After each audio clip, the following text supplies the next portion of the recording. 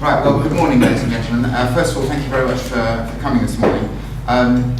It's a wonderful venue to be launching this prize in. This building is a symbol of, sort of architectural optimism of its age, and that is what this prize is all about. It is about optimism and what can be achieved with new technology, and the idea of a new garden city is really about three things. The first is it's about need. We desperately need more housing in the United Kingdom. Our kids can't afford to buy homes in the areas they grew up in. We live in smaller, more expensive housing than virtually anywhere else in Europe. It is a real problem. It's not just an economic problem, it's a social problem as well. It is increasing the gulf between rich and poor, between old and young. And as time goes on, it will create bigger and bigger problems for this country. The more our homes are seen as an asset class rather than somewhere to live, something that's about investment rather than quality of life, the less quality of life we all have. So there's a need, and there's also an opportunity, an enormous opportunity for growth. At a time that Britain desperately needs economic growth, here is something that there's an enormous demand for. It can be built here by people who live here. I mean, this is the ultimate manufacturing exercise because it can only be built here. So there's growth, and then the final thing is that there's opportunity, and opportunity not just in economic terms, but also in terms of creating something better and different than what's been there before, learning from all the lessons of the past, and creating something that works. And so the three criteria of the prize, the first I think is the most important, and that is that whatever is built has to be inspirational. It has to inspire people to want to build it. They have to think, that would be fantastic, I would like to live there. And whether that be the better transport systems. It does seem absurd when you look at the cities that we live in, that they're relatively small places, 10 miles wide, many of them. No, very few of them are more than 10 miles wide. You should be able to cycle from one end of the city to the other in 20 minutes to half an hour. And you should be able to do so on perfectly flat, covered cycle paths without risk of being sort of mown down by a lorry or sworn at by a taxi driver. It's that type of thing that if you start from fresh, if you begin a new city and start again, you can actually hardwire those things into the city along with unobtrusive, free-flowing roads, good public transport, utilities that are delivered in pipelines that don't sit under the busiest road in town but are easily accessible, so and future-proof so that there's room to put more services in there, whatever they may be as time goes on. There are all sorts of ideas that we need to elicit to say, well, this is how a city can be, this is what it can look like, this is the quality of life we can give people, if only we have the courage to build. The second thing is that at a time of economic austerity, and I would argue at any time, this city should pay for itself. The people who are going to benefit the most from the city are the people who live there, and ultimately it is their purchase that should pay for this city, and there's absolutely no reason why that shouldn't happen. Now, it might mean that we need to be slightly more innovative, and this is again partly what the prize is about, coming up with the innovative ideas to finance and manage the finances of this new city. Whether that be compulsory purchase options that reduce the upfront cost of finance, whether that be ring fencing all the rates income to the developing authority for the first 50 years to pay for infrastructure. But when you look at the uplift in the value of land involved, take an acre of agricultural land at £20,000 and at the stroke of a pen, without building anything on it, just by granting planning permission, turn it into an asset worth £1 million, you have to say there is enough money there for this city to pay for itself and build itself. And that leads to the final point of the prize, the third criteria on which our entrants will be judged, and that is that the city has to be built by popular consent. Because if you're going to change the governance of a city, if you're going to say that we're going to have a developing authority of some form or another, we're going to take what was a small community and turn it into a very big one, then you have to give the people who live in that area enough of the upside to make them say, yes, actually on balance, I think this is a good thing. And a lot of that is, again, down to economics. It's about properly compensating people. If you say to people, look, I'm very sorry, you have a choice. You can keep your house and be part of this great city in the village in which you already live, which will be engulfed in a new city, and will give you the value of your house to keep, or we'll buy it off you for 3 times the value. That sort of, those sort of ideas, that begins to get people thinking, actually, hold on a second, this maybe isn't such a bad idea. But the meanness of the compulsory purchase system that we have at the moment, and the fact that people, actually there is no upside for them when their house gets compulsory purchased, that I think is one of the great drawbacks, one of the things holding development back and making it so unpopular. So if we can achieve those 3 things, inspiration, economic viability, and popularity, then we can build something better. That is the challenge of the prize, and I look forward to seeing what can be produced. Now, the good news for me is that I don't have to do any hard work, because Trevor is chairing the judges. I'm not a judge. Trevor is going to chair the judges. We've got some fantastic judges. I don't know if you're going to introduce your fellow judges, but I'm going to hand over to Trevor now, who's going to say a few words. Thank you very much. I'll do it from here. I think we don't need a microphone, do we? First of all, this is a big idea. The idea of garden cities is a big idea, and it's addressing a big problem. And the big problem, of course, we see daily with local government and national government trying to deal with the issue of housing growth. Everybody agrees we need more homes.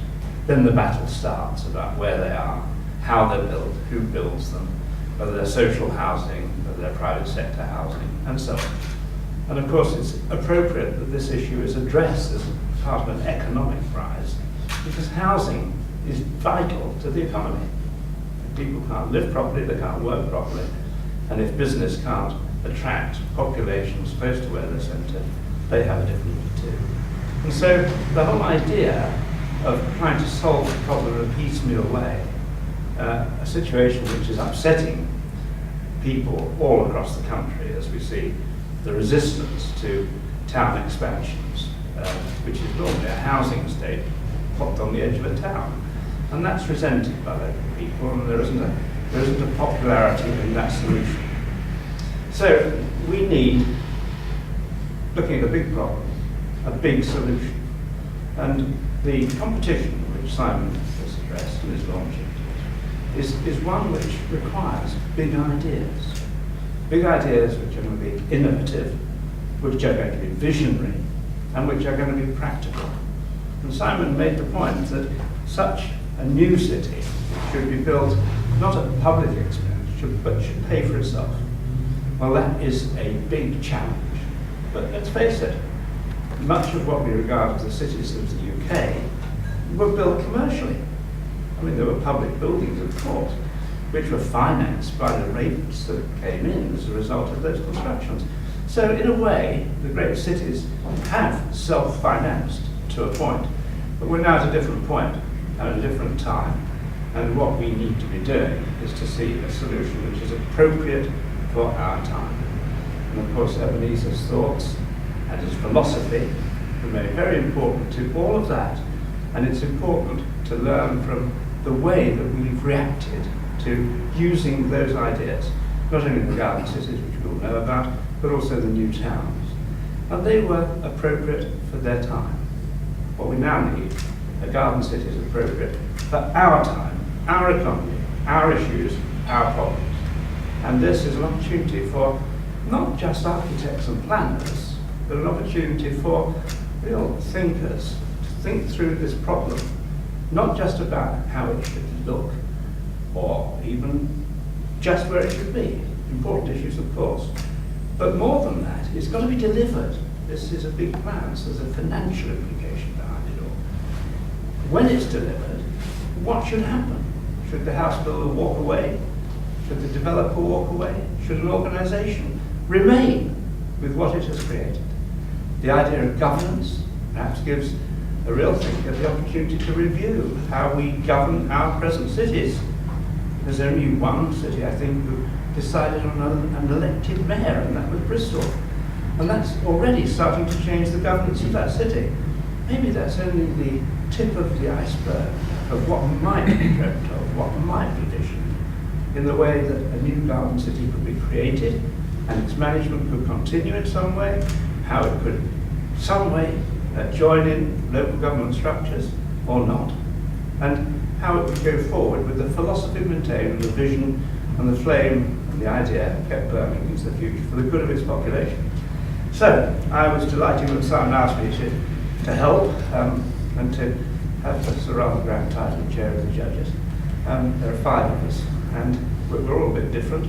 And of course, we have an academic, more than an academic, to be who's here today. A professor. A professor.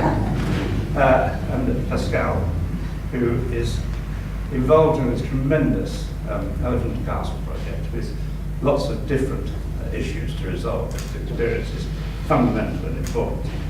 David Cohen, who's got a great history of housing, particularly places. And Tony Pidgley, who I might say is probably the most effective and famous house builder in Britain, has agreed to join the judges. So there's 5 of us, and we're going to do a lot of reading, a lot of thinking, a little bit of talking, and we'll try to come out with a worthy winner of a very generous prize, because £250,000 is a lot of money. It merits some of the best brains focusing on this issue. This is a big task, and it needs a big thinker, but perhaps not just one person. Perhaps it might be an architect leading the consortium. Perhaps it may be an engineer. Perhaps it may be a planner. Perhaps it may be none of those things. Perhaps it may be somebody in local government who has looked at the way local government works or sometimes doesn't work and wants to look at a new way of running a city. Well, that must be a good thing. There's a lot of interest in this. The timing is appropriate. The problem is immediate. And the politicians are searching for an answer. And maybe this prize will provide the answer, which will make a fine garden city, maybe more than one, and maybe will be, in fact I'm sure, a great benefit to the country. So Simon, well done. Thank you, Trevor. Are there any, would anyone like to ask any questions? If you don't have any questions to ask, I'm going to ask the director to make one up. But Patrick Clark from URS.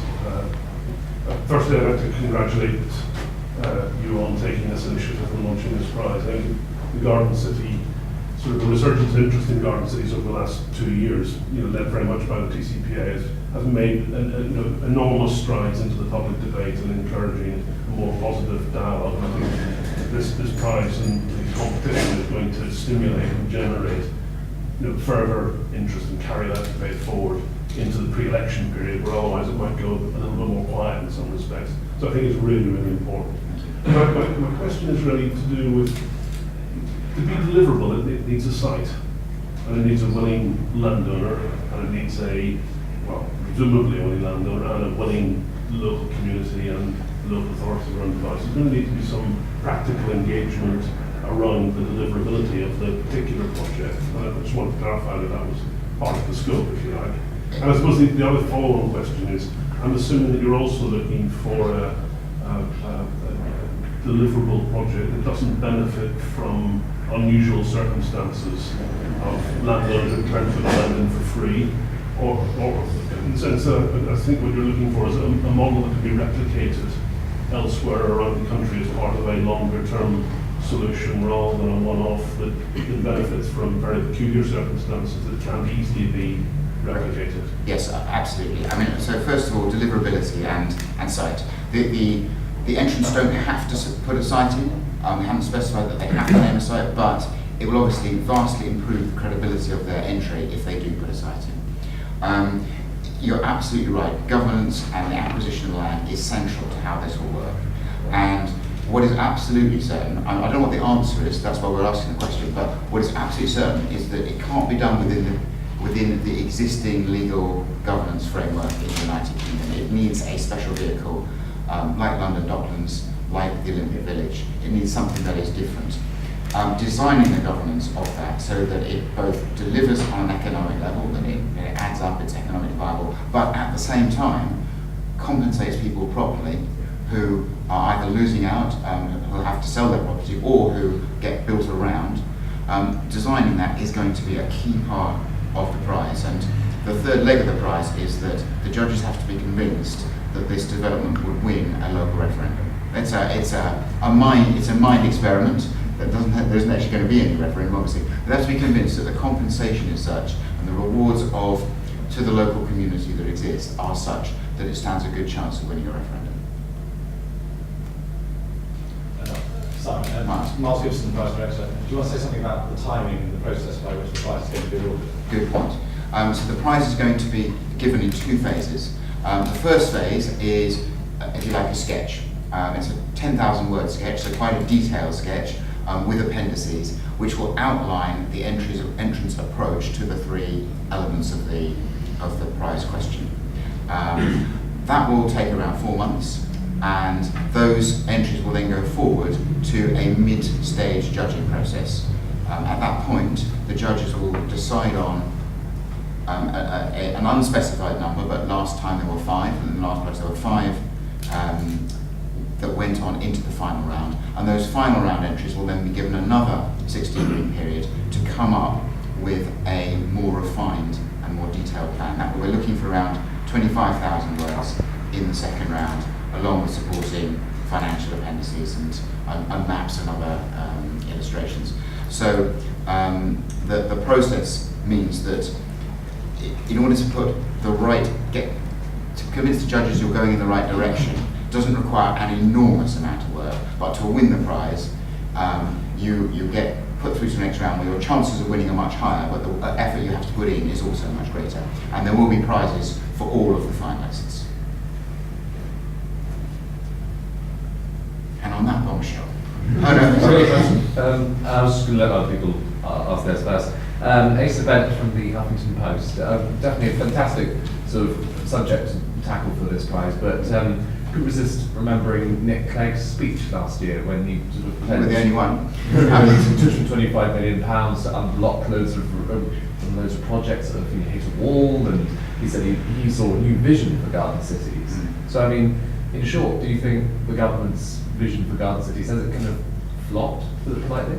Well, I think that it is a feature of our political age that, I'm going to put this nicely, but I'm going to put it nicely, that politics is more about following the population than leading it. And the aim of this prize is to start by convincing the public that this can be a great idea. And I think once the public are convinced, the politicians will follow. At the moment, there's a lot of different views about whether garden cities are a good idea or not and how to implement them. I think once the public starts saying, you know what, this is actually a great idea, this is an answer to our problem, this is an answer to a social problem, and it's a fantastic opportunity for growth.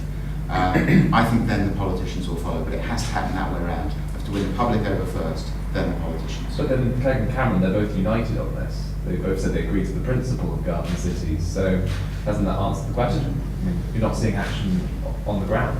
I think the issue is, at the moment, and it's interestingly something that I experience a lot in very small planning issues within my business, is that politicians are worried about proposing something until they're convinced that people think it's a good idea.